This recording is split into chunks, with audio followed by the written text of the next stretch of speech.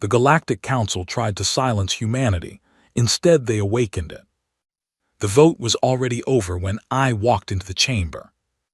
I knew it the moment I saw the light above the main platform. It had turned blue. Blue meant unanimous. In 7 years of working as a diplomatic attaché for the human delegation, I had never once seen that light turn blue. The Galactic Council argued about everything. They argued about trade routes and territorial boundaries and the correct pronunciation of formal addresses. They argued for sport. They argued because arguing was how they reminded each other that they still existed. But today, every single one of them agreed. My name is Kale Voss.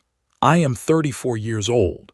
I grew up in a small town in the north of England, the son of a school teacher and a man who fixed old radios for a hobby. I was not supposed to be the kind of person who stood in galactic chambers. I was not a general or a politician or a genius. I had gotten here through stubbornness and a talent for learning languages.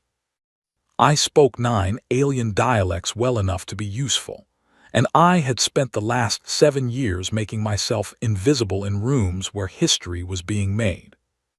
Today, history had been made without me even knowing it was happening. Delegate Harlan, the senior human ambassador, was standing near the far wall. He was a tall man, silver-haired, usually calm in the way that people are calm when they have seen too much of the world to be surprised by any of it. But right now he was gripping the railing next to him with both hands, and his face was the color of old paper. I moved toward him through the thinning crowd of alien delegates. Several of them glanced at me. A few looked away quickly. The Veldhari delegate, a tall gray-skinned figure who had always been polite to me at formal events, did not look away. He looked directly at me with his enormous black eyes, and what I saw in them was not hostility. It was something worse. It was pity. I reached Harlan and kept my voice low. I asked him what had happened. He did not answer immediately. He watched the last few delegates file out through their respective exits. When the chamber was nearly empty, he turned to me and said the words that would change everything. The council had passed the silence accord. I did not understand at first.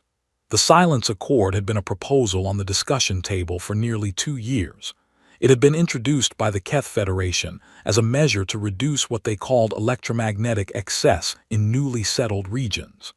The human diplomatic team had read it as a minor technical regulation and had pushed back on 2 clauses that affected our deep space communication networks.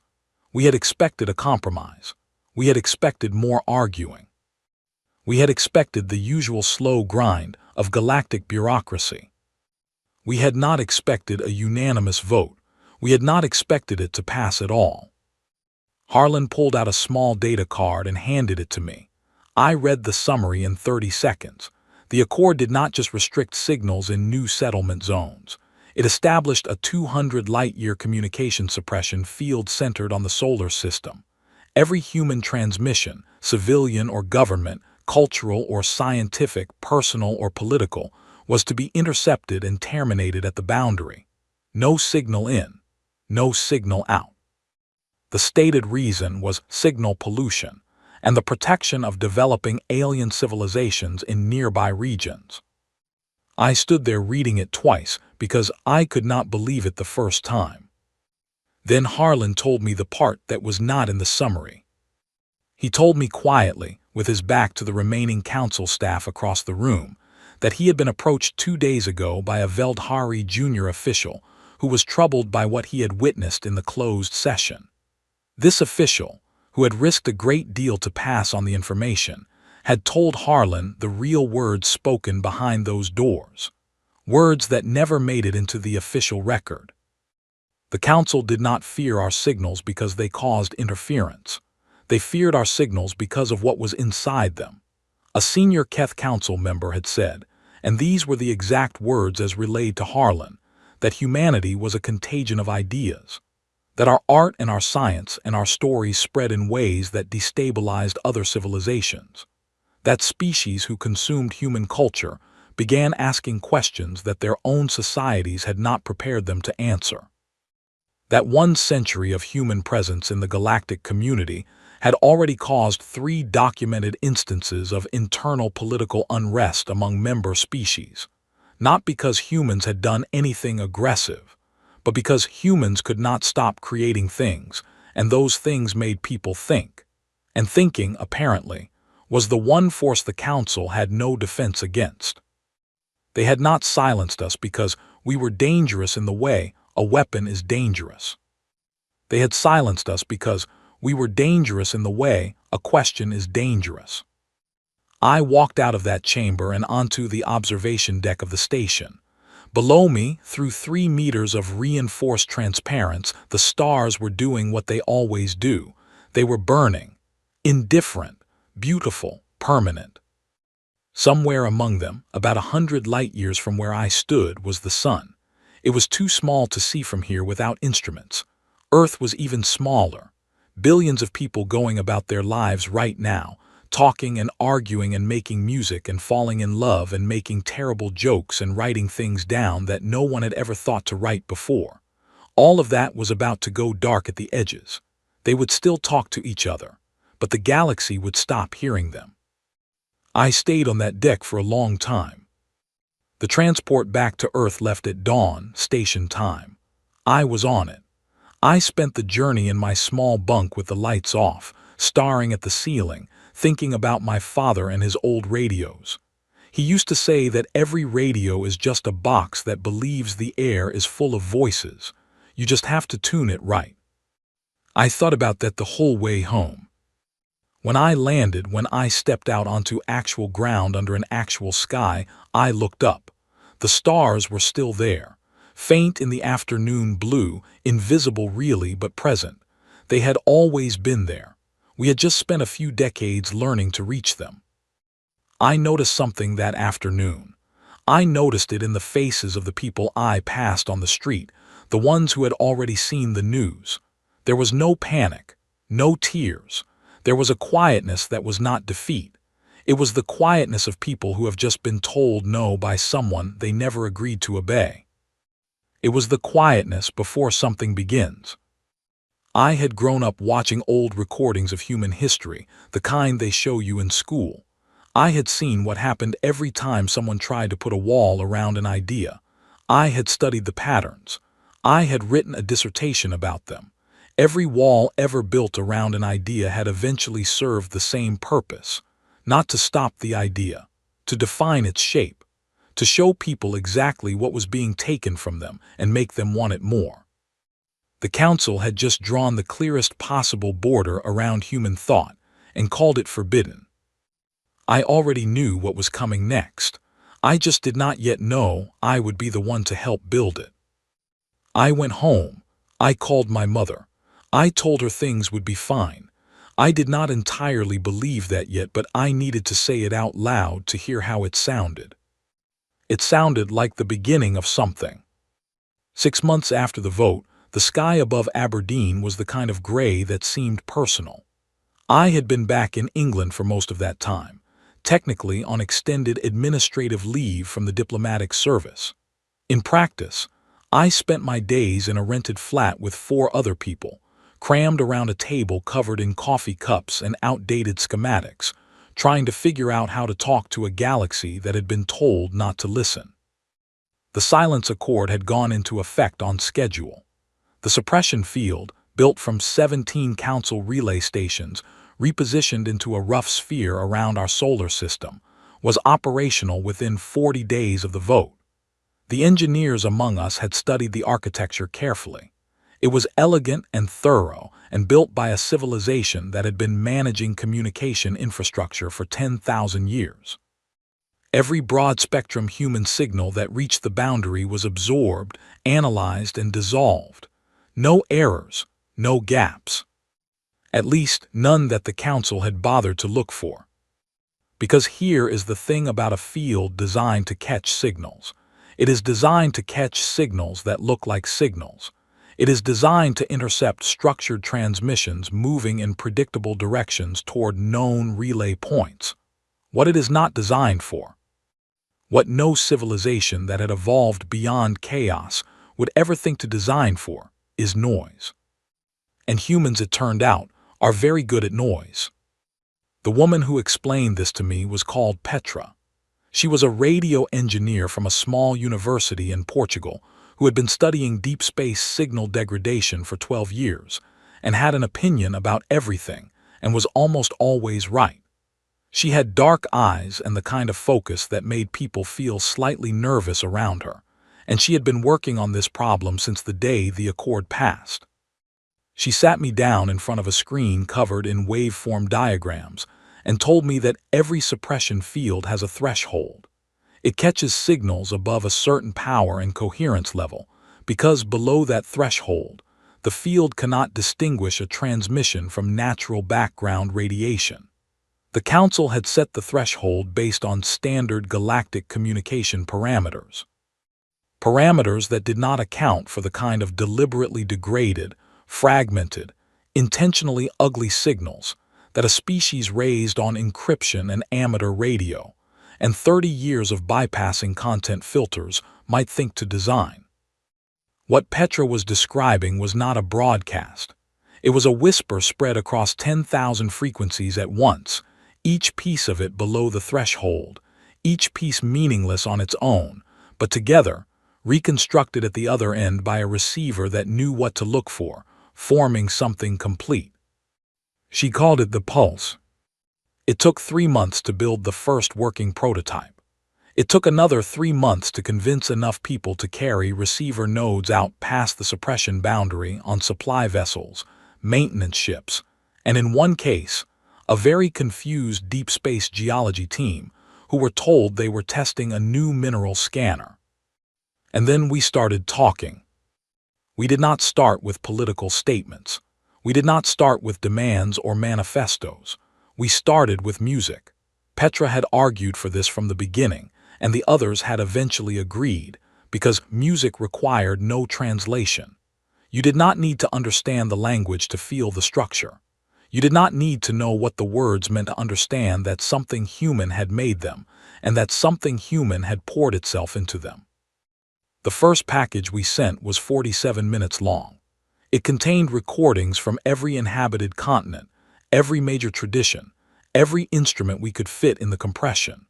Folk songs from the Appalachians and throat singing from Mongolia, and a string quartet from Vienna, and a 10-minute piece composed specifically for the broadcast by a young man from Lagos who had been working on it since the day the Accord passed.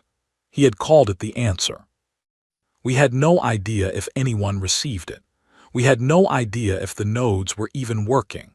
The pulse was designed to be invisible, which meant we had no way of confirming our own transmissions without betraying ourselves. So we kept sending. The second package was scientific. 3 papers that human researchers had submitted to galactic journals and been quietly rejected after the Accord. One described a new theoretical approach to faster-than-light communication that contradicted 200 years of Keth consensus. One detailed a medical discovery that could potentially be adapted to treat a degenerative disease affecting 3 council species. One was a mathematical proof, 40 pages long, resolving an open problem that the Veldhari Academy had declared formally unsolvable in a conference attended by 800 alien scholars. We included a short note with the math paper. It said, in standard galactic script, "We noticed no one had figured this out yet. You are welcome." Petra thought the note was too aggressive. I thought it was exactly right. We argued about it for 3 days. We sent it with the note.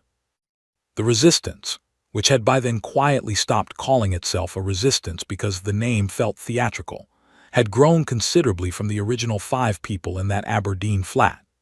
There were now cells operating from 19 countries, with participants ranging from retired signal engineers to university students, to one very committed grandmother in Osaka who had previously directed all of her considerable organizational energy toward running a community garden. She had switched over with minimal adjustment. She said soil and signal were not so different. You put something in, you wait, and eventually something comes back out.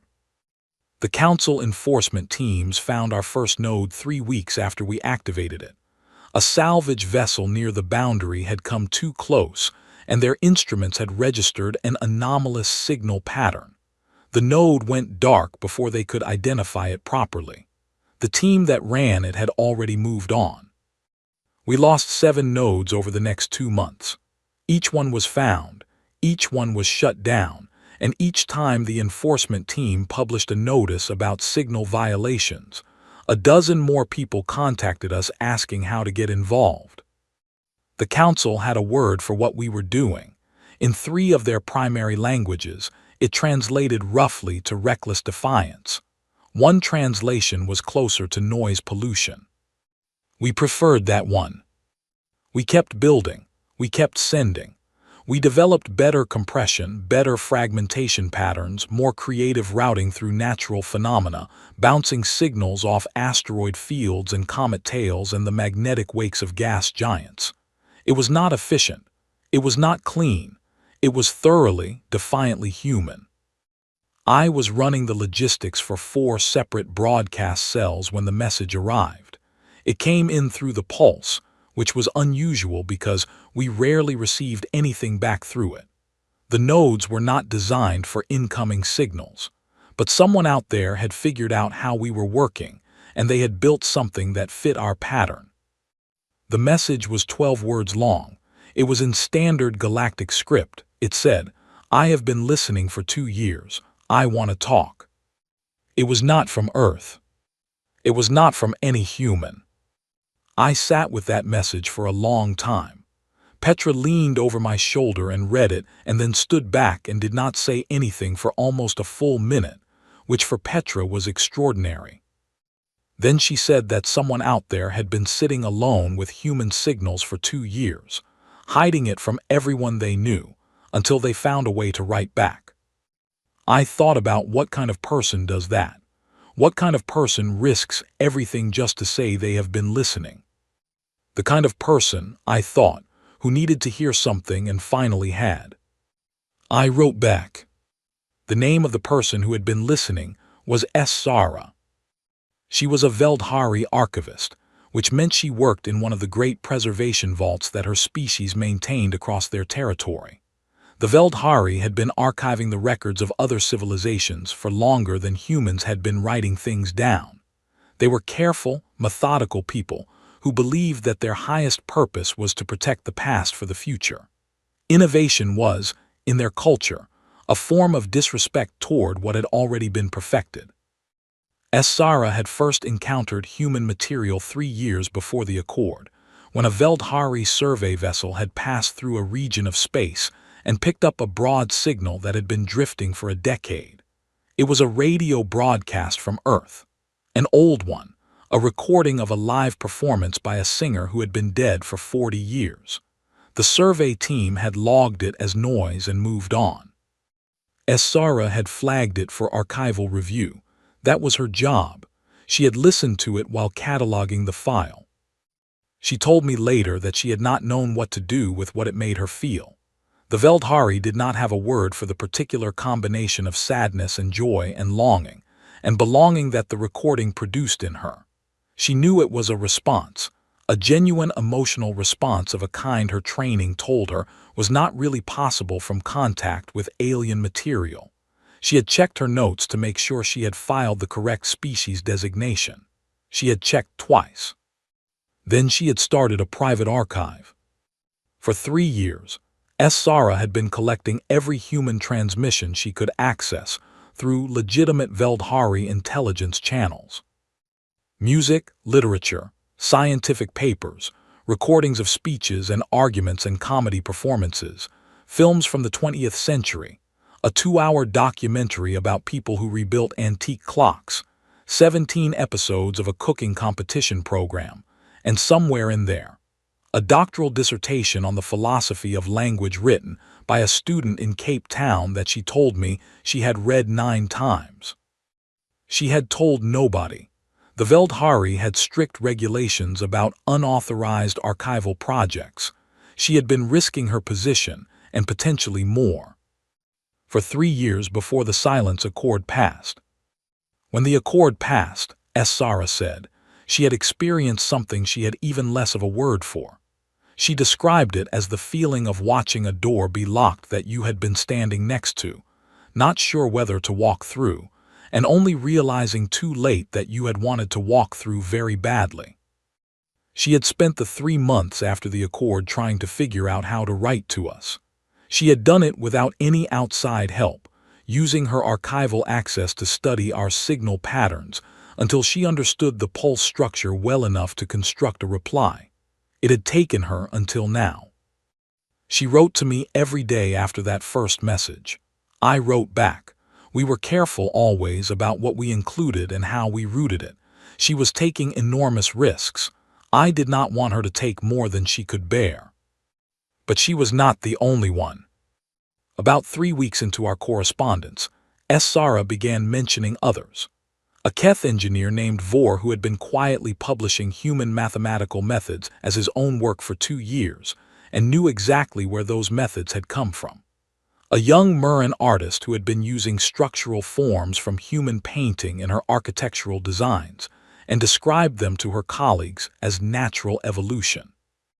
A researcher from a species called the Davar who had developed an inexplicable interest in human history and had published 4 academic papers in the past year that her colleagues found unusually direct in their conclusions, a quality not traditionally admired in Davar scholarship.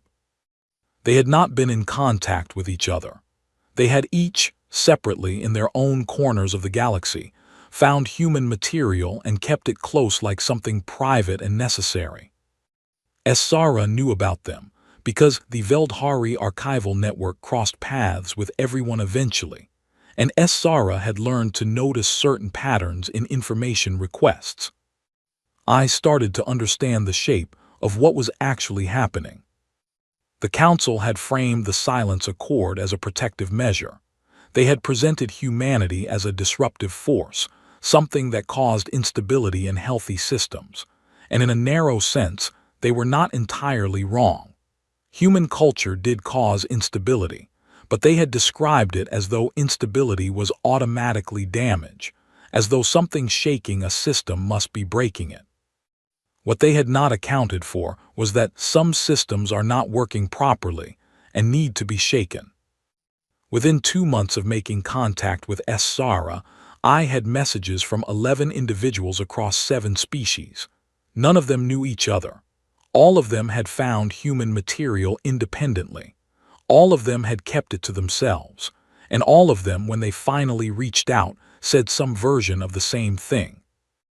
They said they had not realized, before encountering human culture, that they were allowed to want more than their society had given them. I did not write that down in any official record. It felt too large for a report. It felt like something that needed to be held carefully. Back on Earth, the Pulse network had grown into something I could barely track anymore. Petra had handed off most of the operational management to a team in New Zealand that had developed a broadcast compression method twice as efficient as anything we had built in the Aberdeen flat. They were sending full-length films now, documentaries, lecture series, an entire archive of human scientific literature. They had also started including live material, things recorded in the past few weeks, current events, contemporary music, recent publications. It was not a broadcast anymore. It was something closer to an open hand. The Council noticed. Of course they noticed. Enforcement notices were being issued every 2 weeks. Several human vessels had been detained near the boundary and searched for transmission equipment.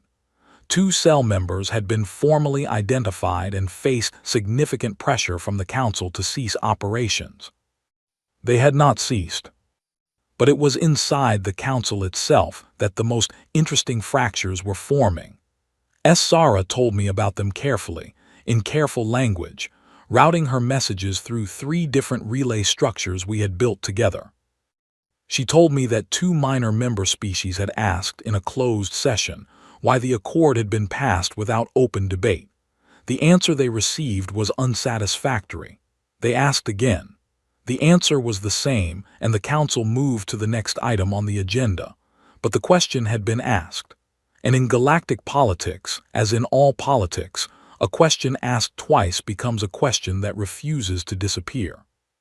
She told me that a Veldhari academic journal had been quietly asked to retract an article praising a piece of alien mathematical work, after someone in the Council's information office noticed that the mathematical methods bore a suspicious resemblance to a human paper published 4 years earlier. The journal had asked on what grounds. No satisfactory grounds had been provided. The journal had published a second article instead, defending the first. She told me that an internal review had been quietly opened into whether the Davar researcher who had been writing unusually direct papers had been influenced by human sources. The researcher had responded to the review board with a document 700 pages long, explaining in precise detail every source she had used, and nodding that she was not aware of any regulation that made intellectual clarity a violation. The Council was pulling threads, but the threads were part of a very large fabric, and the more they pulled, the more they revealed how much of the galaxy had already been quietly listening. I contacted Sarah one morning to find a message waiting that was longer than usual. She had listed, carefully, the names and species of everyone she had identified who had made contact with human material in some form. The list had 49 entries. At the bottom she had written, "I believe this is incomplete by an order of magnitude." I read that line several times. Then I walked to the window of the flat and looked out at the sky, which was doing its usual thing of being complicated and gray and full of movement. Something had already started, not because we had planned it, not because we were powerful, but because ideas, once they are free and real and felt in the chest rather than merely stored in the mind, do not wait to be invited. The Council had tried to protect the galaxy from human thought by removing the source. They had not considered that the thought was already out there, already inside their borders, already changing the minds of people who had never been to Earth and never met a human face to face. It was too late to unring a bell that had been ringing for 50 years. And we had not yet begun to ring it properly. The planning took 4 weeks. During those 4 weeks, I slept approximately 4 hours a night, ate whatever was handed to me, and had a total of 3 arguments with Petra, 2 of which I was wrong about, and 1 of which I was right about but graciously did not press. We called it the cacophony event, which was Petra's name for it, and which she had chosen partly because it was accurate and partly, I suspected, because she enjoyed the way Council communications staff would have to write it in formal reports. The concept was simple, the execution was not. The Council suppression field worked because human signals were concentrated, directional, and predictable. The pulse network had proven that fragmented, low-coherent signals could slip through below the detection threshold. What we had been doing so far was essentially whispering. Careful, precise whispers. The cacophony event was not a whisper. It was the moment we stopped caring whether they heard us coming. Because for this to work, we needed something the Council had not anticipated. We needed alien transmitters. Sarah had been building toward this quietly for weeks. She and the others, Vor and the Murin artist whose name was Ella and the Davar researcher called Ren, had each in their own networks identified individuals with access to legitimate transmitters, relay nodes, and broadcast infrastructure outside human space. Not many individuals, not enough to be a network in any formal sense, but enough. On the morning of the broadcast, 73 separate transmission sources across 11 star systems came online within a 17-minute window. 41 of them were human, 32 were not. 32 alien transmitters, operated by individuals who had never met each other, many of whom had never met a human, chose to open themselves for 72 hours to carry our signal. I do not have a word for what that felt like. I know Petra cried when the confirmation signals came in, though she would deny it later with complete conviction. What we sent was not a statement. It was not a demand. It was not an argument for human rights or a condemnation of the council or a political position of any kind. We had debated this at length, and what we had landed on was this.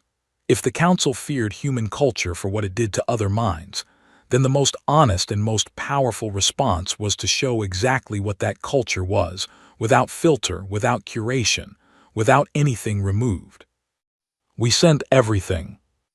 We sent the oldest cave paintings we had records of, and we sent a short film made last year by a 14-year-old in Buenos Aires about his neighborhood. We sent a recording of the first moon landing, the original, with all the static and the broken sentences, and the quiet all underneath the professional calm. We sent mathematical proofs and cooking recipes and architectural plans and 100 years of scientific papers. We sent every genre of music we had compressed into a continuous 72-hour stream, organized not by origin or tradition, but by emotional shape, moving from grief to joy to longing to courage to humor to wonder and back again. We sent arguments, real ones, people disagreeing in good faith about important things, showing the process of minds changing in real time. The council species had interpreted human debate as chaos. We wanted them to see it as it actually was, which was how a species that did not have all the answers tried to find more of them. We sent comedy, 2 full hours of it from 6 different centuries. I had argued for this more strongly than almost anything else. Humor is the hardest thing to translate and the most revealing thing about a mind. You cannot understand a species until you understand what makes them laugh. And when you do understand it, it is almost impossible not to feel some kind of connection to them. We sent love letters. With permission, collected over 3 months from volunteers around the world, letters written to people living and dead, letters written to children and to parents and to friends and to strangers who had done small kindnesses. We translated them into 12 galactic languages. They were, by a significant margin, the most accessed files in the entire broadcast according to our monitoring data. In hour 18, the Council moved to activate emergency suppression protocols. The protocols worked on human transmitters. 29 of our 41 nodes went dark. The 32 alien transmitters kept broadcasting. There is no polite way to describe what happened inside the council chambers in the next 12 hours, so I will simply say that the transcripts Sara later obtained suggest that several very old and very formal individuals said things to each other that had not been said in those chambers in living memory. The council could not suppress its own member infrastructure without essentially declaring that the accord applied to non-human transmitters as well, which it did not, which they had never intended it to, because it had never occurred to them that non-humans would choose to carry our signal. In hour 31, with the broadcast still running through our alien-operated nodes, I released the transcripts. I had been holding them for the right moment. They were the full, unredacted records of the closed session in which the silence accord had been passed, the words that the Veldhari official had passed to Harlan 2 years earlier, the exact language used, the exact reasoning given. Humanity was a contagion of ideas. Human culture made other beings believe they were capable of more. Those 2 sentences, released into a galaxy that had just spent 31 hours consuming human music and science and love letters and arguments and comedy, landed differently than they would have 2 days earlier. 3 council member species issued immediate statements calling for a review of the accord. 2 more issued statements calling for a review of the closed session policy. 1 species, the Murren, whose artist Ella had been carrying our signal from the beginning, formally withdrew from the accord, citing a clause in their membership agreement that allowed them to exempt cultural exchange materials from suppression directives. The remaining council members issued condemnations. They were eloquent condemnations, formally structured, citing multiple points of galactic law. Nobody read them. Not because they were not distributed. They were distributed. They went out on every council channel and every official relay and every formal news service.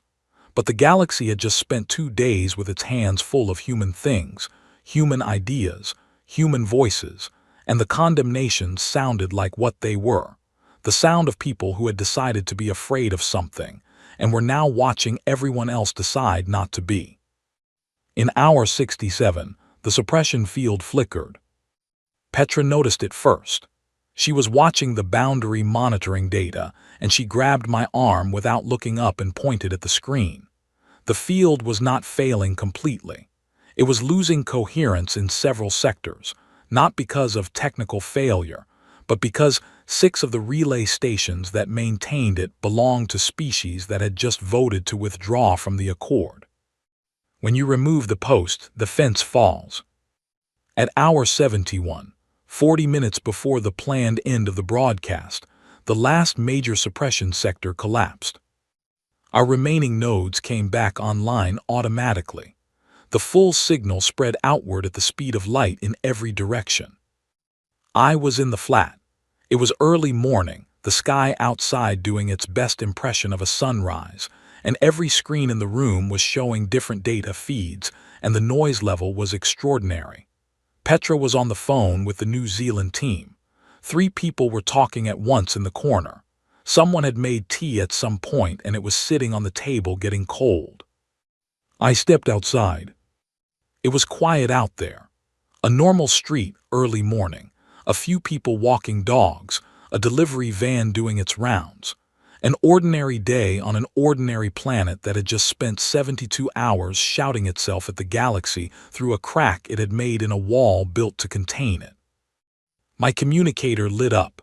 Messages.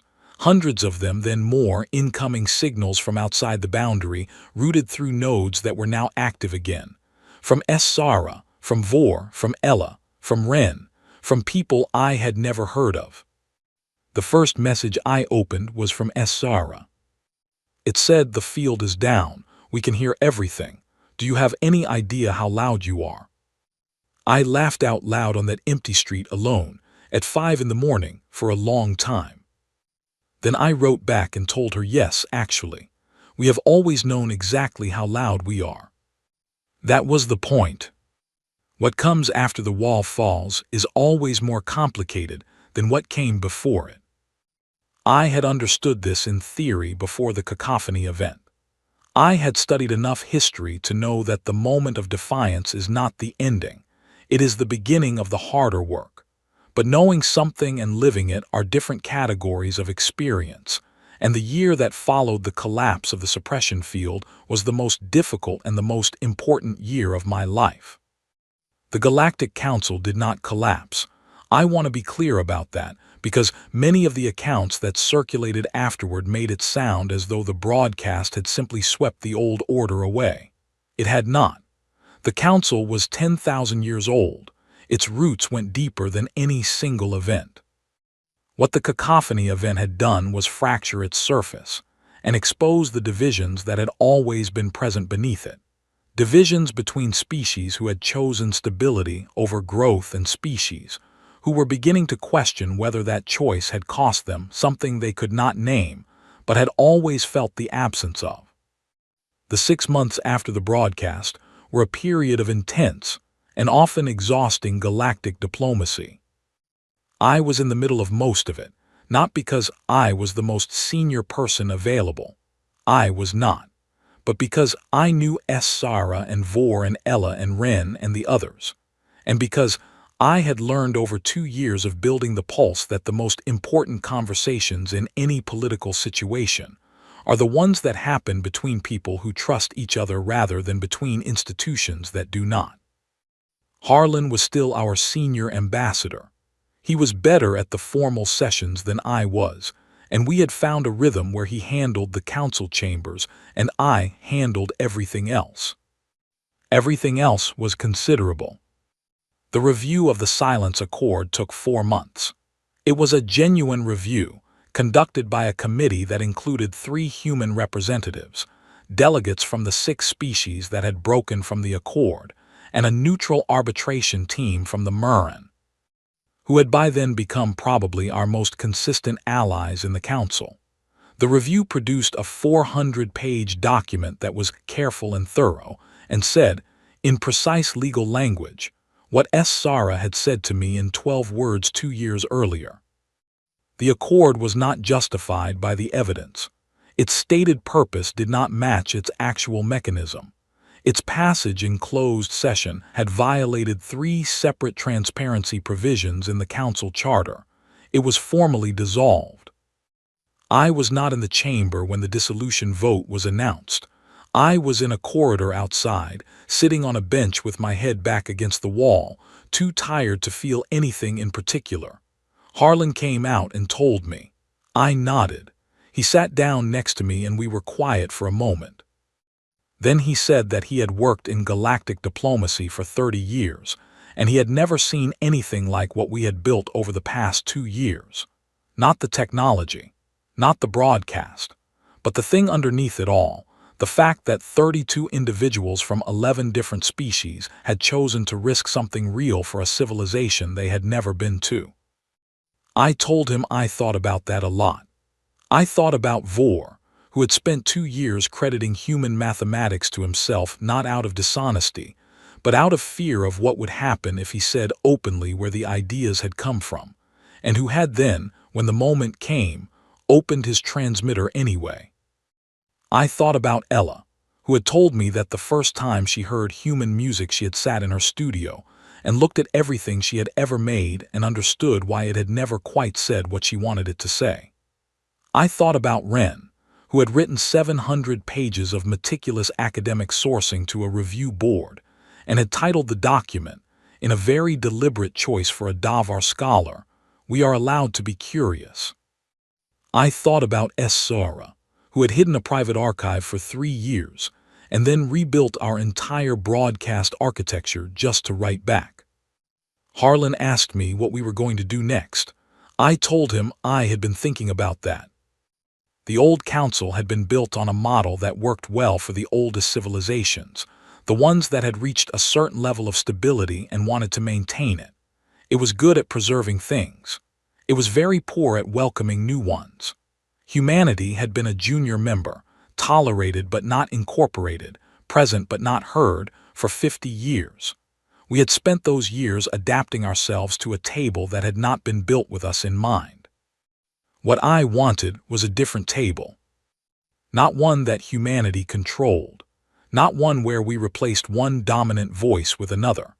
A table built on a principle that Harlan found elegantly simple and diplomatically terrifying, which was generally a sign that it was the right principle.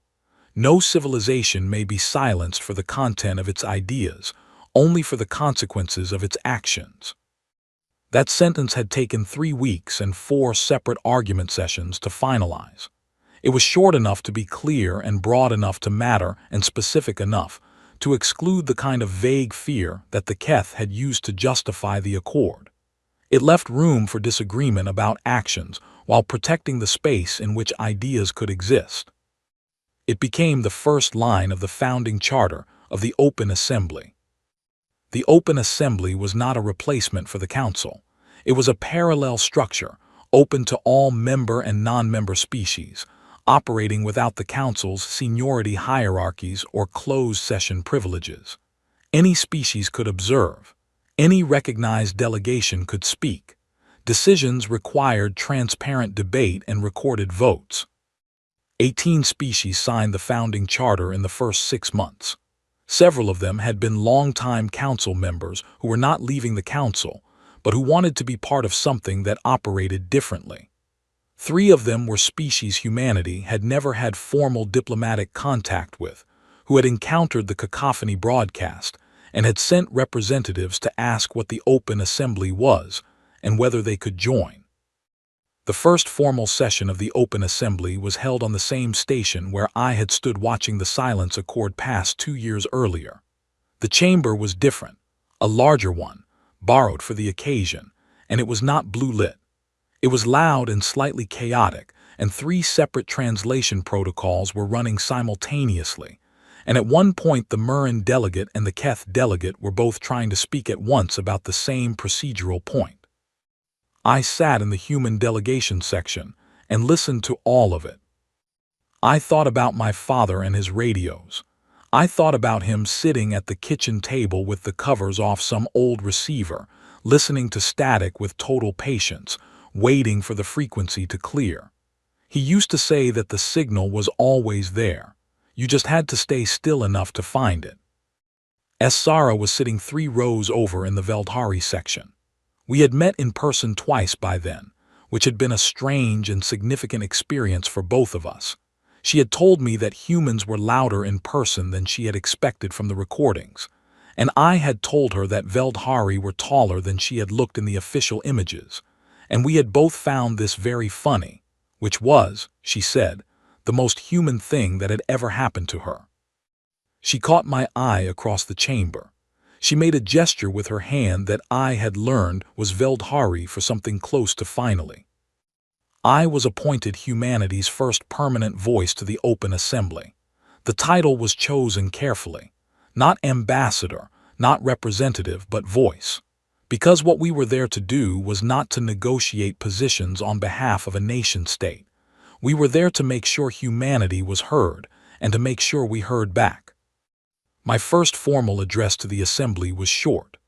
I had written many drafts, and then I had thrown them all away and written the one that said what I actually meant.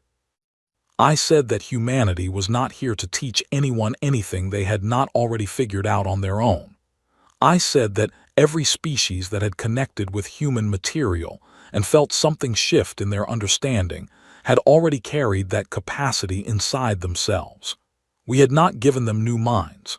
We had, maybe, given them permission to use the ones they had. I said that what I had learned over the past 2 years, from Sarah and Vor and Ella and Ren, and every other individual who had quietly kept human things close at personal cost, was that the hunger to understand, to make, to ask why, to reach past what is already known, was not a uniquely human quality. It was a quality that certain kinds of societies had learned to suppress because it was inconvenient for stability, and that suppressing it did not make it go away. It made it wait. I said we were not here to be disruptive. We were here to be honest. And honesty, in a community that had been running on carefully maintained agreement for a long time, was going to feel like disruption. That was not our fault. That was just what truth sounds like when it enters a quiet room. There was a long moment of silence when I finished. Then the Murrin delegates started the formal applause, which in their tradition involves 3 short percussive sounds made with the flat of the hand, and then the Veldhari section joined, and then most of the room, in whatever way their respective physiologies allowed, made some kind of sound that meant the same thing. I sat down. Harlan leaned over and told me quietly that was either the best or worst thing I had ever said in a formal setting, and we would know which in about 6 months. He was right. We would know in 6 months. There were difficult sessions ahead. There were member species who remained hostile.